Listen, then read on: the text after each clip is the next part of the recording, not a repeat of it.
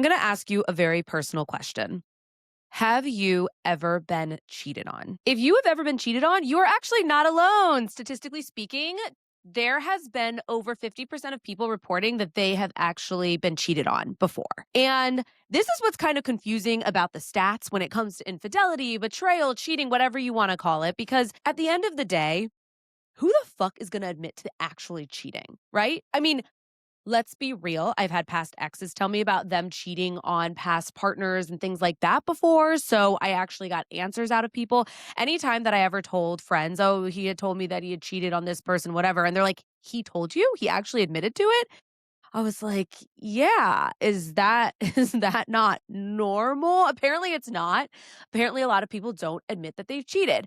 And a lot of people have cheated and a lot of people have been cheated on and some people have cheated and been cheated on. I mean, it can go both ways in either way. Nonetheless, being cheated on can be absolutely devastating. And if you're here and you're like, why does she sound so chipper about this? I don't know if I want to actually keep listening to Carla Turned On right now. Okay, back the F up. I know I'm a dating and relationship coach, but I can tell you right now that I have been through my own trauma in past relationships, plural, yes, around being cheated on. Welcome to Carla Turned On, where dating and relationships get real, sex gets talked about, and the BS gets left on red. Let's get turned on. I have never actually personally cheated on anybody that I've ever been in a relationship with, but I have absolutely picked partners in the past who ended up cheating on me. And it was devastating. It was awful. And we'll get into that in just a little bit because we're going to be going into today with Carla Turned On, my turned off rant of how I am so turned off by the idea of getting cheated on. I know this today is a little bit of a twist. And if you're new here, welcome, welcome. If you're interested in working with me, I offer one-on-one coaching.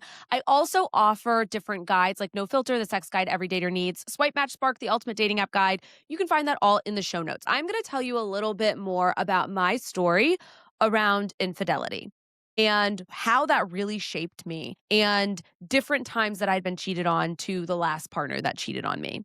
And then we are going to go into why people cheat. So we're going to be deep diving into infidelity, why people cheat, why there's betrayal, why it hurts, and most importantly, if you decide to stay or if you decide to leave and how to navigate all of this.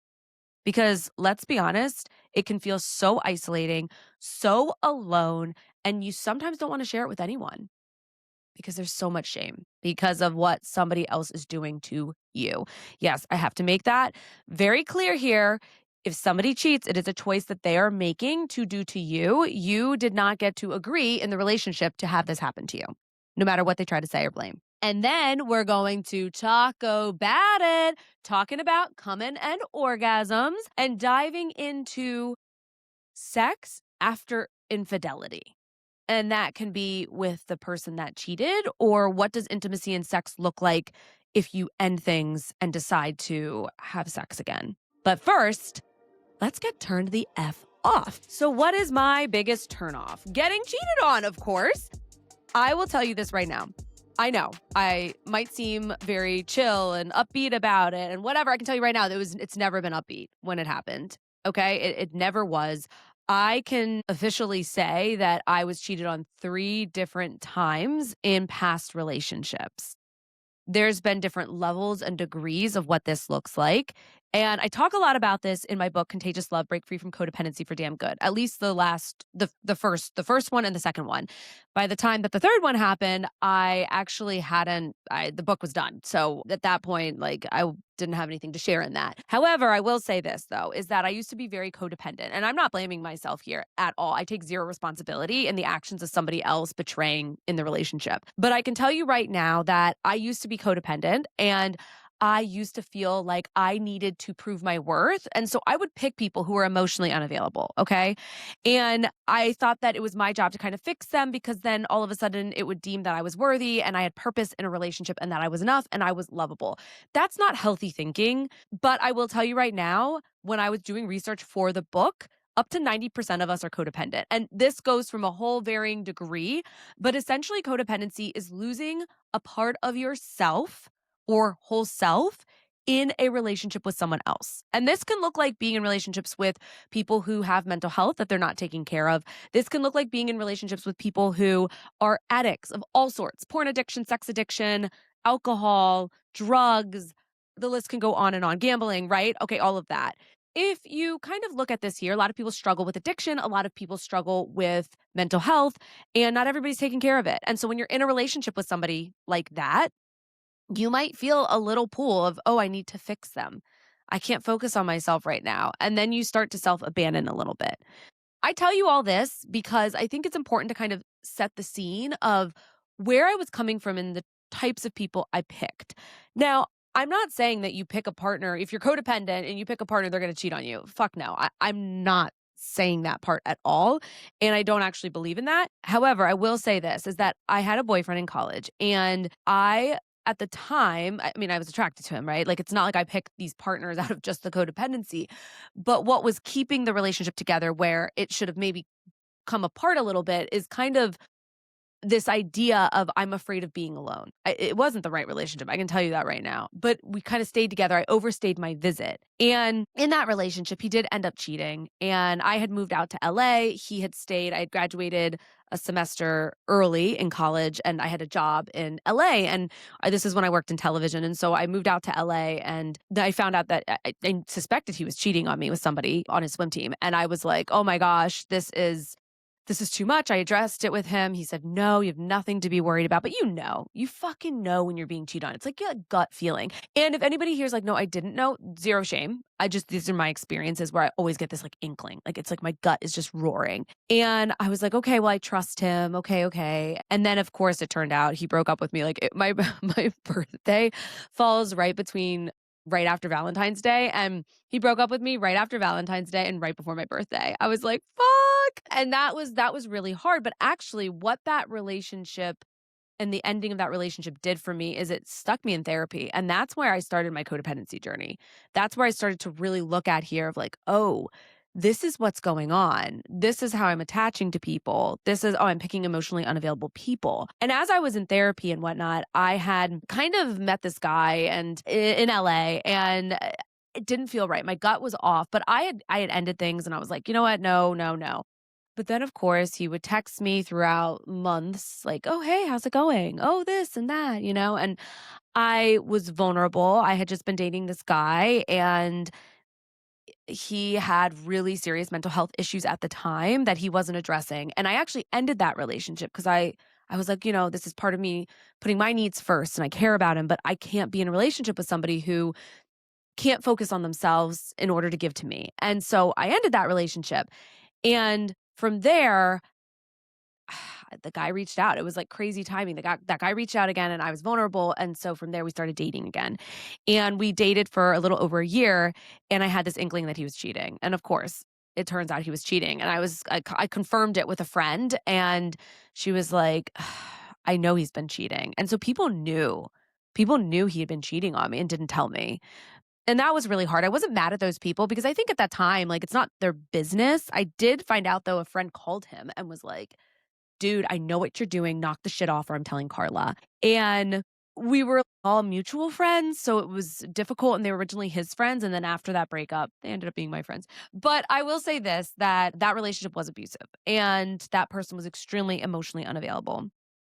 The most recent time that I had been cheated on, I was engaged to somebody and he cheated. And I have to say that relationship rocked me to my fucking core because I had broken free of codependency. I was a dating and relationship coach. I thought I was in a really great place. When somebody lies to you repetitively, there's nothing you can do about it. When I started to see the red flags, I decided I wasn't going to ignore it. So I'm going to go into a little bit right now of what happened because I think it's important for other people who are struggling to be able to recognize that you're not alone.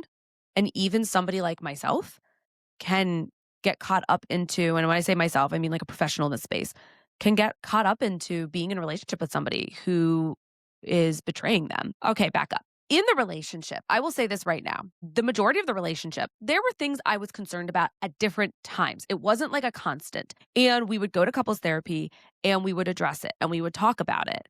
And things improved. So I thought these are just normal things to go through in a relationship. And in terms of our circumstances too, at the time that there were certain things going on in terms of we moved a lot and career changes for that person. And so there was a lot of different things coming up that were just life stressors. To me, I didn't feel that there was anything blaring and I worked so hard on myself. Like that is one thing I'm so proud of. I worked so hard on myself in that relationship. I know 110% I can confirm I showed up the healthiest that I could. I really trusted myself in the relationship. I was like, yeah, I trust that this is the right relationship. I trust him showing up fully. I trust this person because that's the work I'm doing. So I assume that they're also doing it, right? Because that's healthy in a relationship. It's unhealthy to be suspicious constantly of your partner. That is not a healthy relationship dynamic. I thought because I was being honest in couples therapy that this person was also being honest, and they weren't. We got engaged. This is what's really important. We had picked out a ring months and months and months prior, and he wasn't proposing. And I thought that was really weird. And I would bring it up. It was something we talked about in couples therapy. And he's like, no, no, no, no. I 100%. I'm going to propose. I'm going to propose. So what are you supposed to do with that? Right. Your partner is telling you, no, trust me. I want to marry you. I'm going to propose. It's just, yeah, just trust me, it's gonna happen. So it's like, okay, then I'm gonna work on myself then to, calm the nerves around maybe the abandonment that's coming up because of past trauma in relationships. So I'm gonna fully trust. So this person proposes. I will tell you right now, felt genuine. They teared up. It felt very, very real. Okay. And it was real. It wasn't just fake and a facade because it was real for me at the time. I can't speak on this other person's behalf. I have no idea what was going through this person's mind. I have no idea what they were thinking. It's not my business. But for me, that was real. And then from there, I got excited, of course, as one does. So we started wedding planning. And there started to slowly be this weird shift.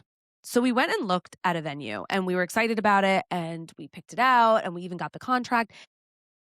And as all of this is happening, he starts to slowly get a little bit more hesitant. He had family visiting, and one of his family members was like, oh, how's the wedding planning going? And I was like, do you want to tell her? And I was just so excited because I thought he was going to tell her that we got this contract and we were about to sign it. And he goes, we're still figuring it out. And in that moment, it was like my gut, my heart dropped. And so I confronted him and I was like, "Hey, I just want to confirm like we're still like you still want to marry me. We're still getting married. Like are you having hesitations cuz that's normal? Look, I'm a fucking coach. It's normal when you get engaged to have hesitations. It's a big fucking deal to get married, okay?" But I had asked, I was like, "Do you have any hesitations?" And he was like, "No, no hesitations. I want to marry you. I don't know. I feel like a lot of my friends won't be able to come to the wedding if it's in this location." So I was like, "Oh my gosh, well, let's accommodate you. I know my friends would be able to come to this other location. So let's talk about it. Let's figure it out." And I was trying to be accommodating. He started acting weird again around it. And when I tried to talk about it, it's like he got like really flustered. And I had asked him again, like, are you having hesitations to getting married? Are you having second thoughts? Can we talk about this? No, no second thoughts. I'm good. I'm good. Like everything's great. So I'm like, okay, this just doesn't feel right. He starts going out more with coworkers and he starts staying out late with them. He's going to happy hours. He's not texting me when he's on his way home. He's not giving me those signals or those cues that would make somebody feel safe or secure in a relationship. And there was this really weird phone incident that happened. Hey, real quick, don't forget to like and subscribe. And if you want dating support, don't forget to look in the notes below where you can learn all about my guides and how to work with me. And if you want to follow me on my socials, you can find me anywhere at I am Carla Romo. Let's get turned on. He had so sketch when I talk about it now in like retrospect, like fuck. He had this phone and he had switched phone plans and he had gone on to my family's phone plan. This bites him in the ass later, but he had gone onto my family's phone plan and he decided he was going to keep his old phone and use the other phone as like his phone, like the new phone that he got from the phone plan. But he was going to keep his old phone because the old phone he was going to use to play Pokemon Go. I was like, "Okay, whatever. I don't get it." And he was really secretive around playing Pokemon Go. He had told me, like, "Don't ever tell anybody that I'm playing Pokemon Go." Well, here you have it. Everybody knows. But he threatened me around that. And at the time I look back and now I realize like that's a threat. I didn't see that as a threat at the time. I just took it as his behavior's been really weird. Clearly there's like insecurities around playing Pokemon Go because he's telling me like don't ever let anybody know that I'm ever playing this. I'm serious. Whoa, where is this coming from? Because I don't care that you play Pokemon Go. Like I'm still with you, Pokemon Go or not. Like what? So he had these like two phones. Let's just keep that for now. And I trusted him, right? I trusted him. Things felt a little weird, but I trusted him. And mind you, this is only a few weeks after getting engaged. This is not something that happened very quick. And then right before I go on this trip to Spain with my family, and he couldn't make it because of work and his time off. And I'm about to go on this trip to Spain, and I'm like, let's go on a date. Let's go on a date before I leave. And so he's like, okay, can we go to the mall? I want to pick out new clothes. It's like, sure, no problem. And this is the second time he had brought me to pick out new clothes for him. So he starts putting on all these new shirts, all these new outfits. He's like, how does this look? How do these swim trunks look? And I was like, oh, pick this. No, don't pick that. Do this, do that. Like I was helping him pick out all these new outfits. Okay. I just thought, oh, he's just upping his wardrobe. He's trying to take care of himself. This is great. Like this is how, totally fine, normal thing, whatever. I go on this trip to Spain with my family. And while I'm there, we're supposed to have a FaceTime in the evening. And I never hear from him. Like his phone goes dark. Like I don't hear from him. I am really concerned because I'm like, this is really weird. We had been in a long distance relationship years ago, like years prior to this, and he never missed calling. We would always FaceTime and that kind of thing. He never missed calling me. This was weird. And I just was like, something is so off. And I thought, did something happen to him? Like, is he okay? Is he fucking missing in Boston? Like, what is going on with him? And the next morning, I get this quick text. Sorry, I was, it was crashed. I was so tired or something like that. I don't remember exactly that text, but it was something under those lines. And I was like, nah, this is fucking weird. This is fucking weird. So I get on the airplane on the way home and I'm sitting there and I have this overwhelming gut feeling. And I just said, Carla, you have to lean into this. You have to lean into this and you have to follow it because something is very off in your relationship. Mind you, this is less than 2 months of being engaged at this point. Okay. So this is all crescendoing very quickly. I get back. I was really stressed. I couldn't get an Uber home from the airport. I called him upset. I was like, hey, I'm so exhausted. I've been up for 24 hours. And he like he like snaps at me. He's like, all right, well, whatever, bye, and hangs up.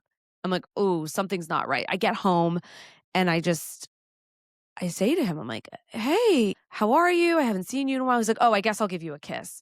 And he was like, I made you dinner. It's in the fridge. And I was like, what's wrong? He was like, you had an attitude with me when you were on the phone at the airport.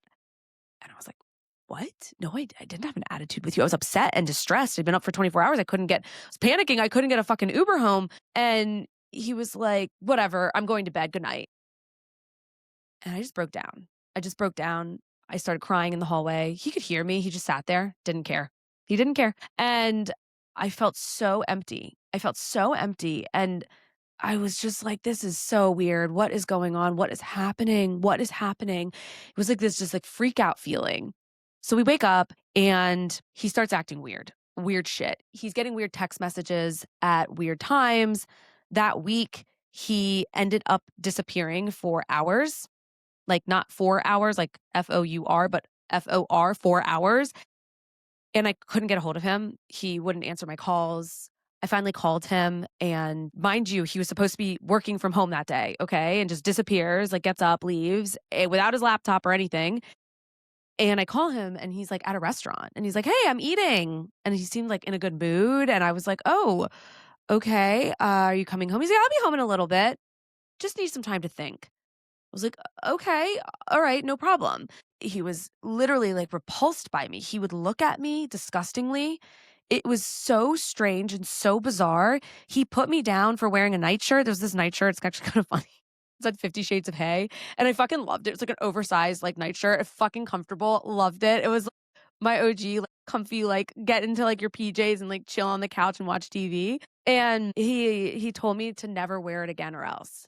And I was like, this is fucking psycho. Like, this is psychotic behavior. Never once did he ever treat me like this in the relationship. Something is terribly off. I feel so like I'm going to throw up. I don't know what's going on. And so we had a conversation around intimacy. And he basically said that maybe we just find other people.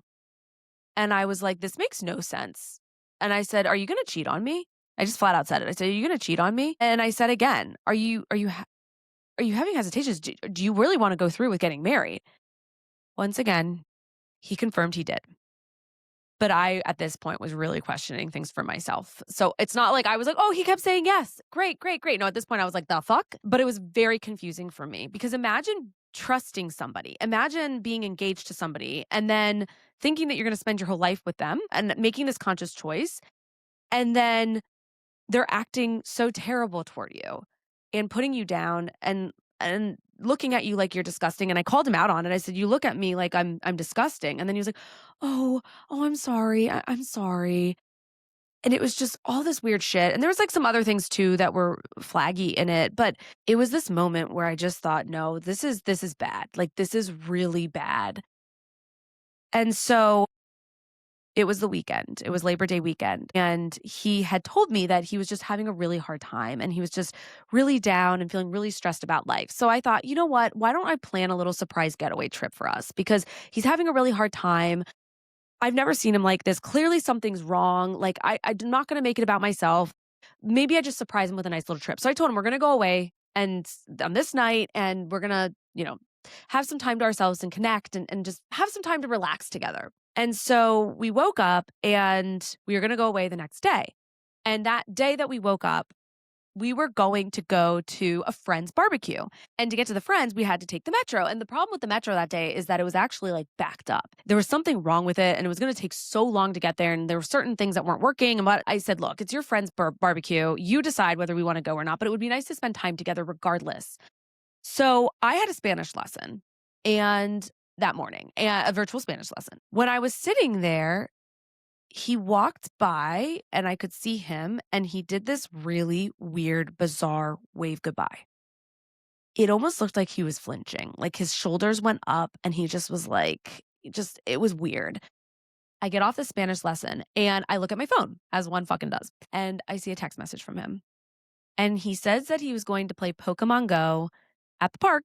And then he was going to meet a friend, the one he told me about. He only mentioned this person one time for lunch. Oh, you guys, the feeling. It was almost as if my body just started melting. It's like, when you know. I was like, he's cheating on me with her. He's cheating on me with her. And he had only mentioned her one time. Whatever, didn't think much about it. I remember holding on to my dresser and just like trying to gain consciousness of, oh my God, what do I do? What do I do? So what did I do? I went to the park. I walked to the park to where he was playing Pokemon and he wasn't there. Of course he wasn't fucking there. He was lying. And so at that moment, I was like, oh my God, he's cheating. He's cheating. He's cheating on me. I walk back to the apartment. I call a friend and my friend is like, Carla, go to your mom's. Like, go to your mom's. Like, fly back to your mom's. I look at tickets. Fuck. Honestly, I was shocked. The tickets were somehow really low and it was same day tickets. I tried calling him, no answer. Tried texting him, no answer. Multiple texts, no answer. Was like, you know what? Fuck this. I'm going to get on the plane. I'm going to get on the plane and I'm going to go to where love is. I'm going to go to where safety is and where I feel secure. My mom and I have a fucking amazing relationship.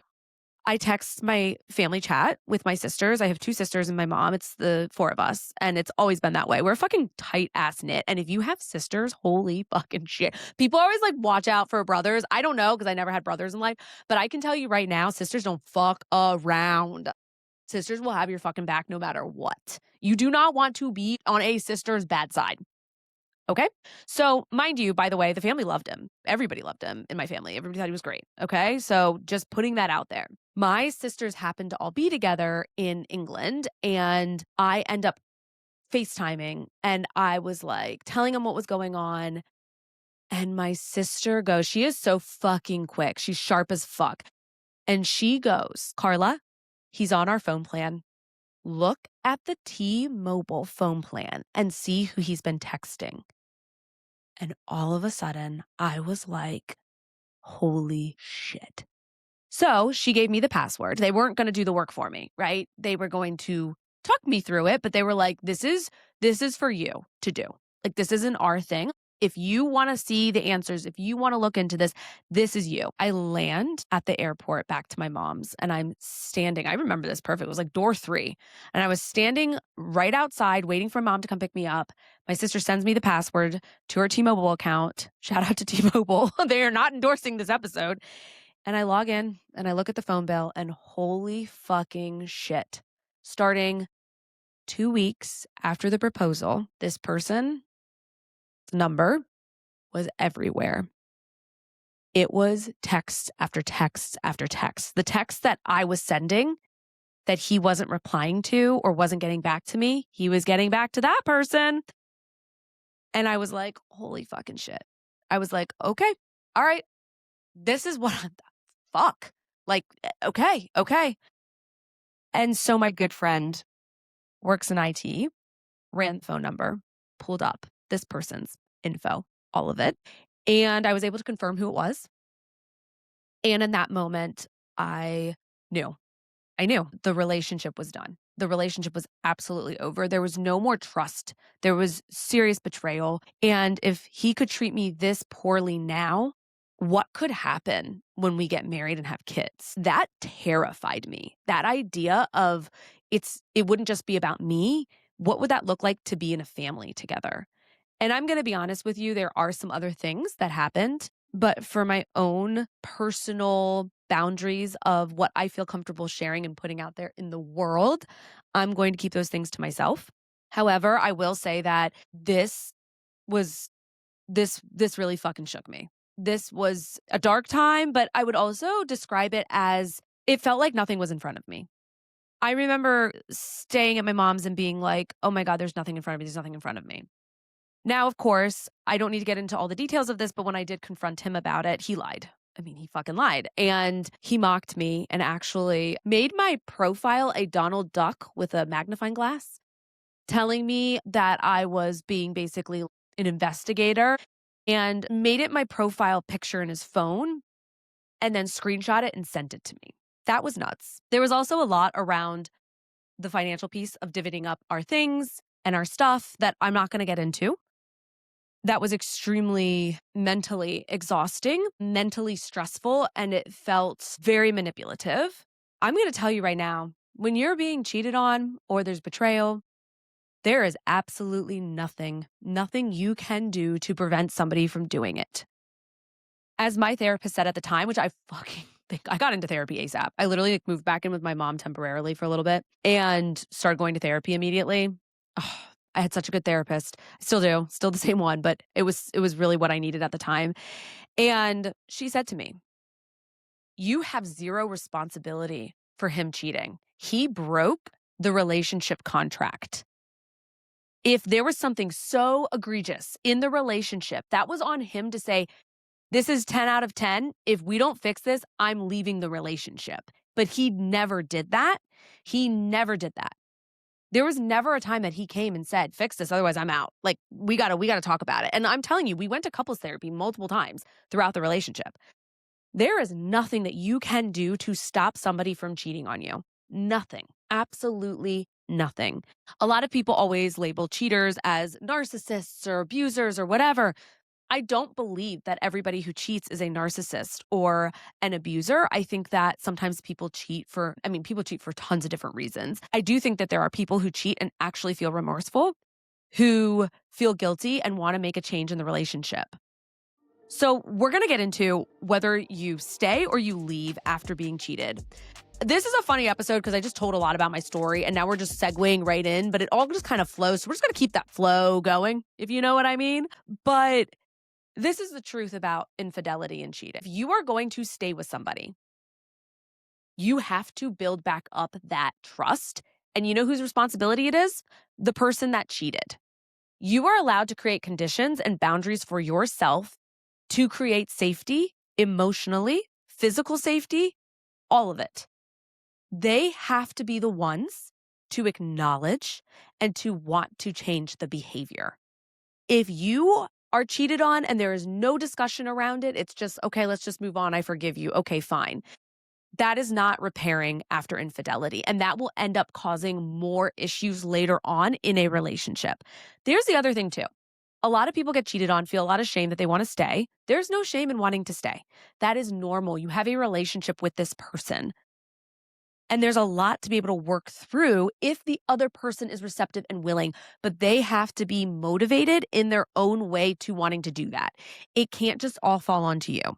You will not be in a healthy relationship if you are trying to be the one to mend and fix that relationship after infidelity. It's not your responsibility because it was their responsibility to not break this agreement together. Another thing I will say as well, if you're going to stay, know it takes time to repair. This is not a quick fix. And if it feels like a quick fix, that's not sustainable change. You are not going to get to a place of being like, yeah, you know what? You cheated. Okay, let's just go to therapy for a month and now we feel better and it's all done. It's all good. No, that person also needs to do individual work on themselves to be able to get to the root of why they did the infidelity and what was causing that infidelity and what has maybe caused previous infidelity or what maybe is going on with them that they acted out in this way. They need to work through and mend something within themselves in order then to bring a healthy side to the relationship. Now, if you choose to leave, which in my situation, I chose to leave that relationship. I just decided this is not good.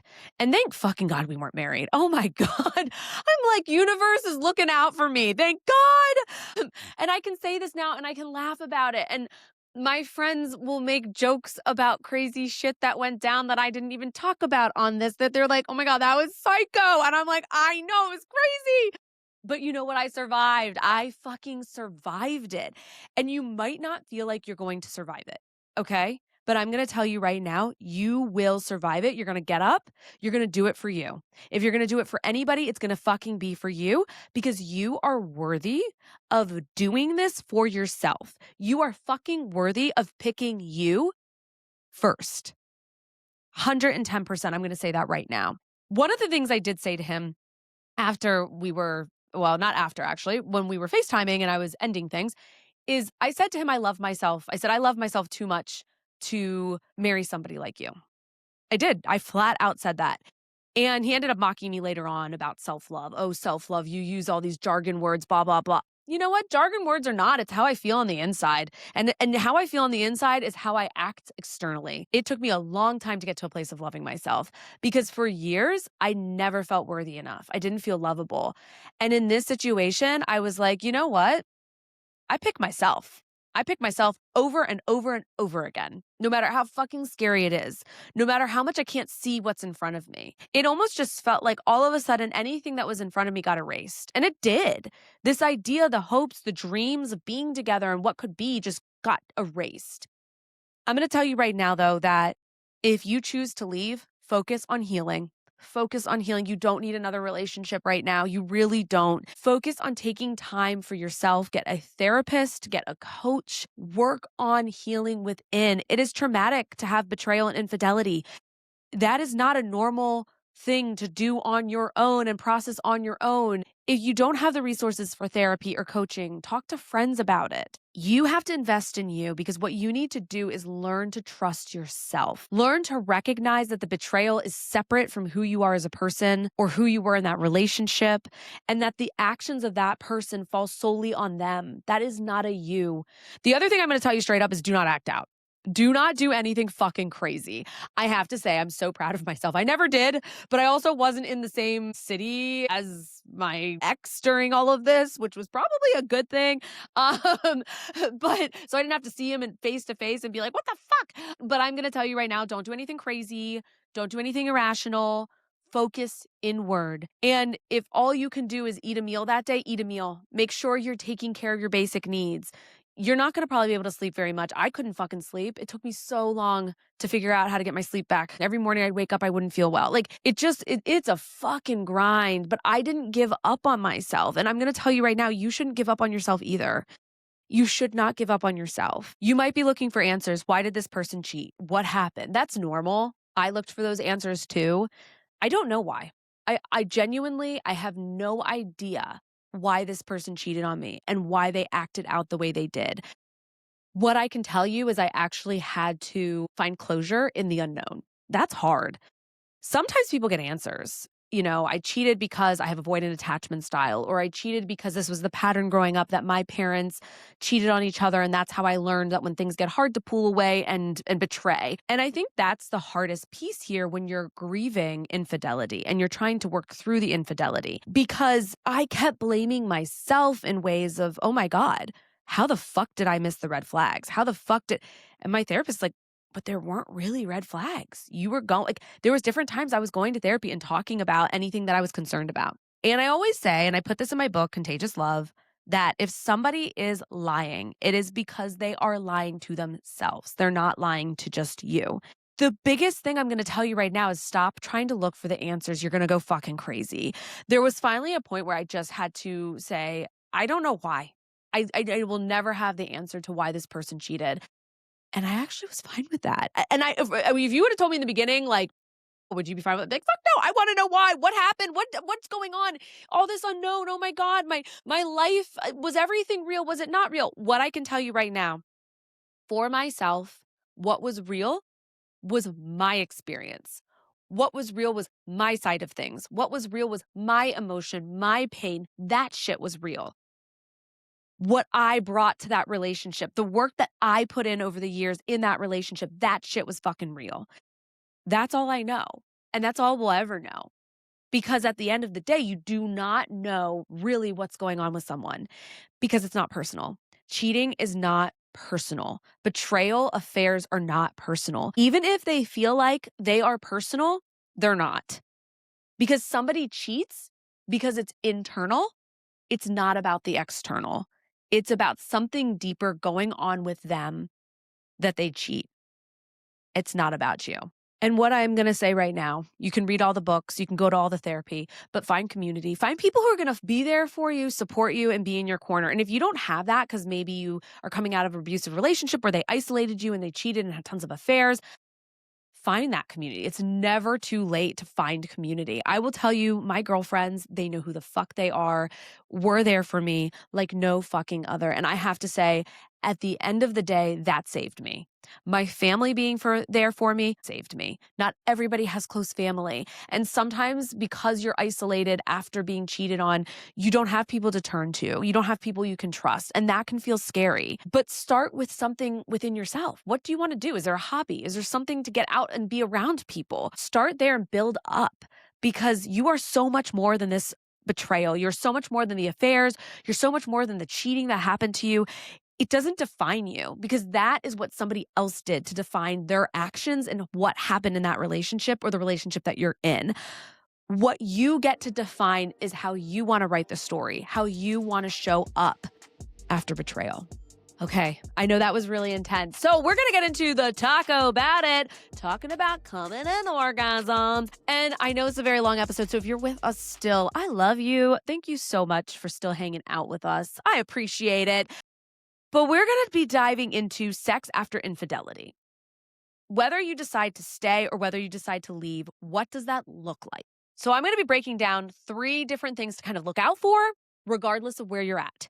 Number 1, you want to look at sex as desirable versus feeling like it's an obligation. So if you decide to stay, it's about repairing and building so that you can get to a place of desire with this person versus feeling like, well, we're staying together, so I have to have sex with them. Or if you start to feel like, well, if I don't have sex with them, are they going to cheat again? No, don't go there. This is about you. This is about your needs sexually.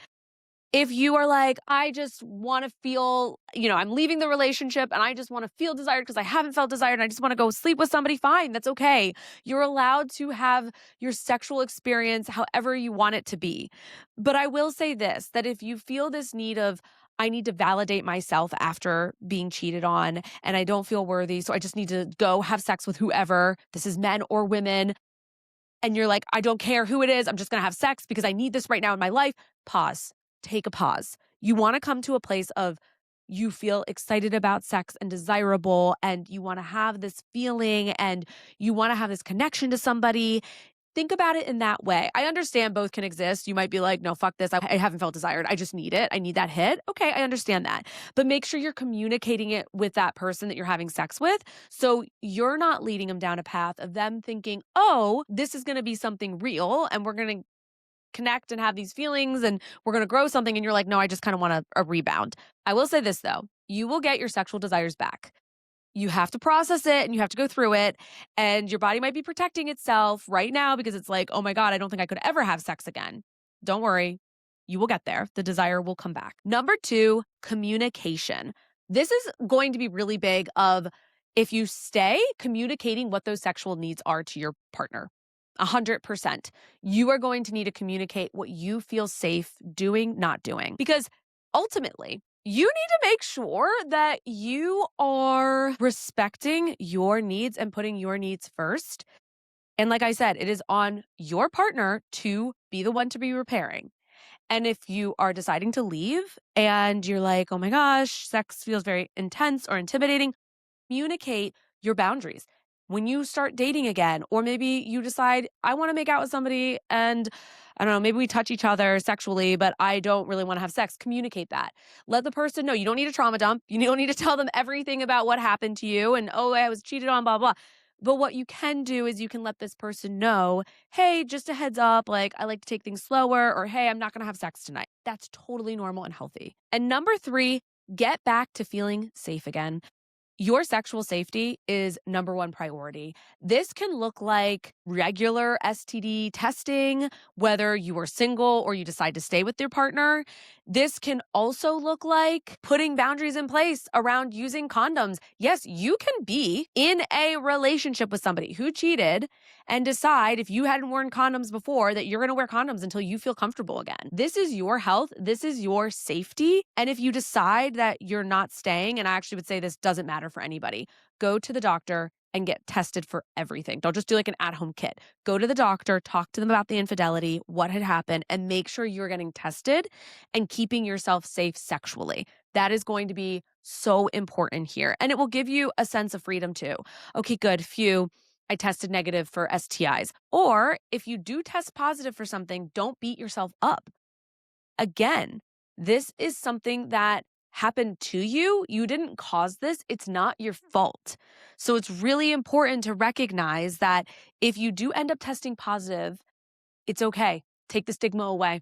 This is something that somebody else did to you, and make sure you have the mental health support around it because it can be very hard to process. I've had clients who have had STIs from being cheated on and infidelity, and it's been hard for them to process. And it's important to make sure you have that support there so that when you do decide to be sexual again, you can look at what are my boundaries? What do I need for myself to keep myself feeling safe so I can have good sex again and it can be desirable. Now, remember, at the end of the day, you might feel like, oh my God, I don't want to have sex again. This has been terrible. It's been awful. I could never trust anyone again. Don't let that person take that shit from you. I want you to know that you can actually have an even more incredible sex life with somebody new that maybe you thought, oh my God, this person was it. We just had amazing sex. Bullshit. Bull fucking shit. It's kind of like the saying that there's only one person out there for everyone. That's bullshit. Same goes for sex. Okay? So don't let this person make you feel like, oh, I wasn't good in bed or I wasn't good sexually, therefore, or this person was the only person I could have great sex with. Bullshit. Go out there and explore your sexuality. And remember, you're fucking worth it. Loved this episode? Rate it 5 stars, hit that subscribe button, baby, and leave a review. Do you want to work with me?